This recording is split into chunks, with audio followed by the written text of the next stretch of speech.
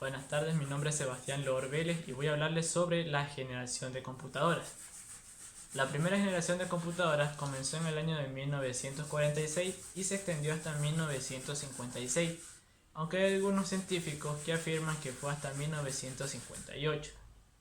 Las computadoras de esta época se caracterizaban porque su hardware está principalmente compuesto por tubos de vacío, alrededor de 18.000 tubos. Estos se encargaban de almacenar y de distribuir la información. Cuando estos tubos se sobrecalentaban, todo el sistema tendía a fallar. Por lo tanto, para poder mantener un equipo de estos en esa época, debían estar operando en habitaciones que mantenían una temperatura entre 17 a 22 grados centígrados. Estas computadoras llegaron a pesar entre 70 a 80 toneladas y ocuparon una longitud de 18 a 20 metros. Su construcción mayoritariamente eran 200.000 piezas mecanizadas y hasta 800.000 metros de cable. Su software era a base de lenguaje de máquina y al momento de ingresar la información, esta se la hacía de manera externa por medio de tarjetas perforadas. La primera generación de computadores se destacaron tres: ENIAC, Mark I y UNIVAC I.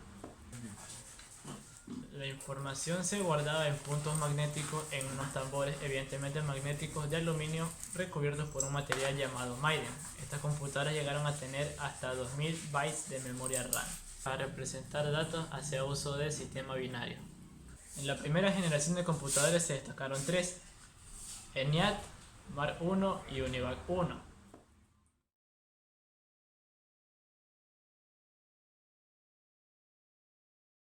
La Electronic Numerical Integrator and Computer, o más conocida como ENIAC, era una computadora que era capaz de procesar hasta 5000 palabras por segundo.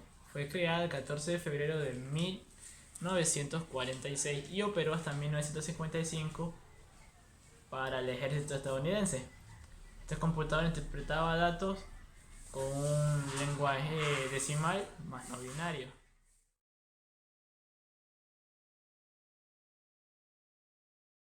Universal Automatic Computer, o más conocida como UNIVAC I. Fue el primer computador producido con una expectativa comercial. Fue el primero también en poseer su propio compilador. Este computador usaba memorias de retraso de barreras de mercurio.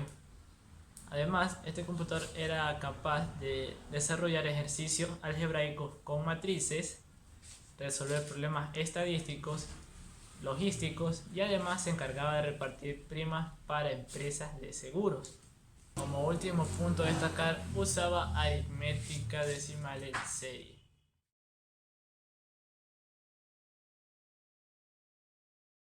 Mark I.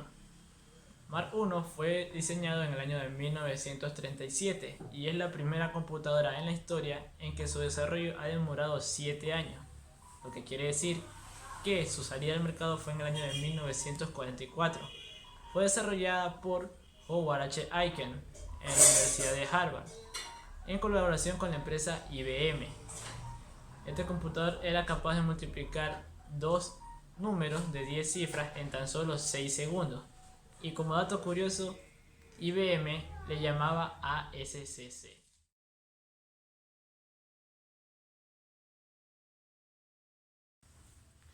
La segunda generación de computadoras llegó en el año de 1959 a 1963.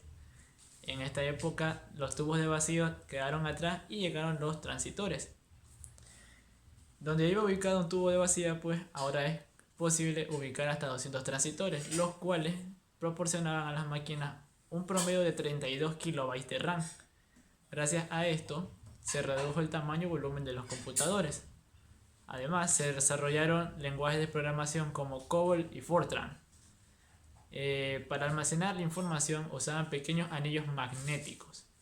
Estas computadoras durante este tiempo fueron usadas de manera exponencial en reservaciones de líneas aéreas para controles de tráfico aéreo y simulaciones de todo tipo de propósitos, sea automovilístico, aéreo o naval.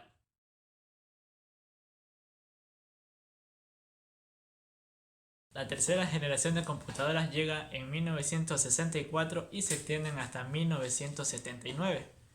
ya quedó atrás pues los transistores. Ahora vamos a hacer uso de los circuitos integrados, que no es más que colocar en una pequeña placa de silicio nuestros transistores. Se pueden acoplar bastante y estos tienen un recubrimiento de silicón para evitar la energía electrostática entre sí. Todos estos circuitos integrados iban soldados pues uno a uno de forma continua por cable de cobre. En esta época pues los computadores ya disponían de 2 GB de RAM. Además eran capaces de procesar hasta 5 millones de instrucciones por segundo. Los circuitos integrados pues para este entonces ya recuerdan la información o almacenan la información como cargas eléctricas. Y en esta época emerge de manera exponencial el desarrollo de software y su comercialización. En esta época se salen a destacar pues dos ordenadores que son el IBM 360 y el PDP-1.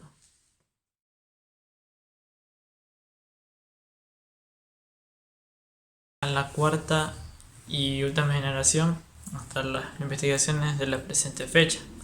Esta cuarta generación llegó en 1979 hasta la actualidad.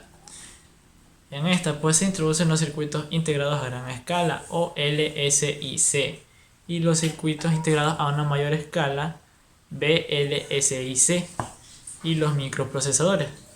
Los microprocesadores contenían memorias lógicas y circuitos de control a un pequeño chip de silicio. Todo junto. Se desarrollaron pues los lenguajes de programación como DBase, Lotus 123 y WordPerec.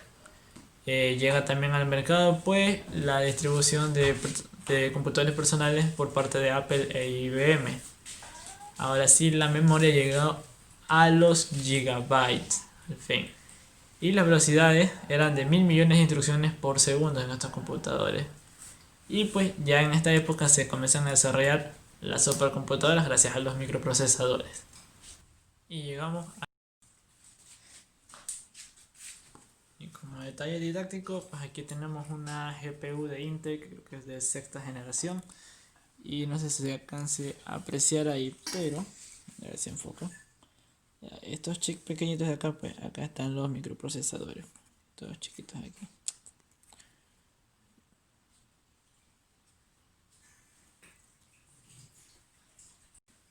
Y eso sería todo. Muchas gracias.